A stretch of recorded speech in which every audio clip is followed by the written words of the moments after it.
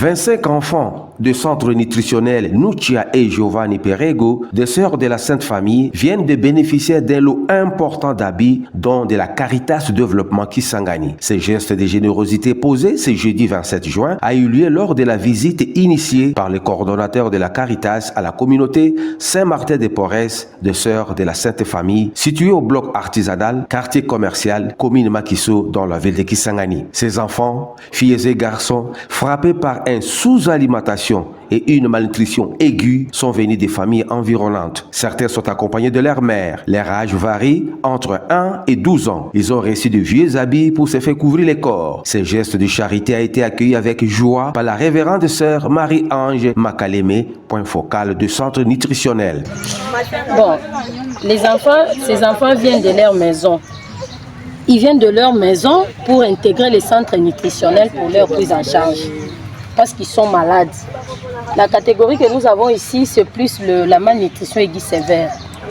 C'est plus la malnutrition aiguë sévère auquel nous sommes en train d'aider pour que ces enfants deviennent aussi inutiles à la société. Alors le centre vient d'être intégré maintenant, ça fait pas longtemps.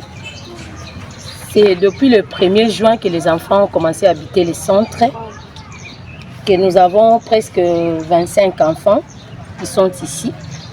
Mais nous avons un problème par rapport à leur prise en charge. La prise en charge se joue c'est seulement local. C'est seulement l'effort de sœurs de la Sainte Famille de cette communauté de Saint-Martin-de-Porres et quelques gens de bonne volonté qui nous viennent en aide, comme aujourd'hui la Caritas est venue nous aider. Alors, ils ont 3 repas par jour. Le matin, ils prennent la bouillie avec le pain, avec le mollet. Et à midi, ils prennent le riz avec les haricots. Comme aujourd'hui, ils ont mangé les foufous, les pondous et la viande. Et le soir, ils prennent les riz aux haricots. C'est qu'on a passé les examens à l'hôpital. On les a trouvés avec quelques infections, avec la malaria et d'autres pathologies. Et nous sommes en train d'administrer le médicament. Il y a les antipaludins que nous donnons.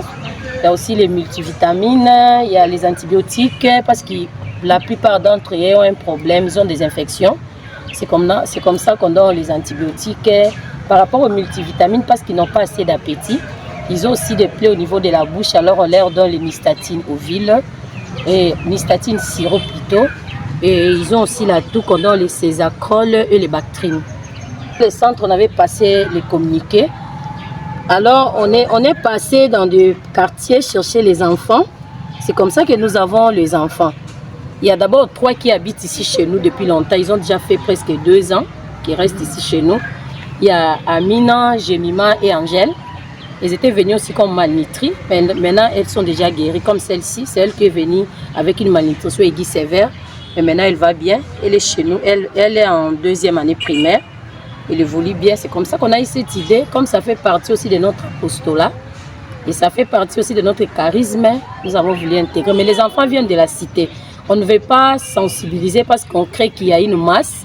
Comme les enfants se trouvent ici à la commune, au cas où on va sensibiliser, on aura beaucoup des enfants malnutris. Alors nous sommes limités par rapport à la prise en charge et par rapport au logement. C'est seulement demander l'aide pour ces enfants, à la Caritas et au gouvernement. C'est ça qui est important, parce que demain ils peuvent devenir utiles pour la société. On ne sait pas leur avenir. Mais ce serait mieux si, par exemple, qu'ils nous viennent en aide, comme la Caritas a fait aujourd'hui. Ça serait vraiment très important, c'est pour le bien de ces enfants. Nous sommes en train de faire seulement notre apostolat comme sœur de la Sainte Famille. Et pour sa part, le coordonnateur de la Caritas Développement Kisangani a promis de faire le plaidoyer auprès des personnes de bonne volonté pour leur venir en aide. L'abbé Ferdinand Batoubou a aussi promis de revenir très prochainement en vue d'apporter d'autres aides en vivre. Je pense qu'on vient de faire un premier pas. On a voulu d'abord visiter les enfants, les centres. On voit que nous avons du travail, du pain sur la planche. Nous devons encore revenir pour essayer encore de poser un autre geste. Surtout, la sœur vient de parler de la nourriture. Surtout la nourriture. On va essayer de se débrouiller, comme ça fait partie de notre mission pastorale sociale de l'Église. Nous devons encore revenir avec quelque chose pour manger surtout, pour ces enfants. Il faut signaler que le centre nutritionnel Nuccia et Giovanni Perego vient de naître il y a de cela un mois.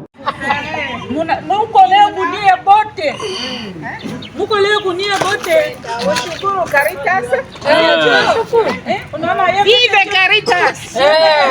Vive Caritas!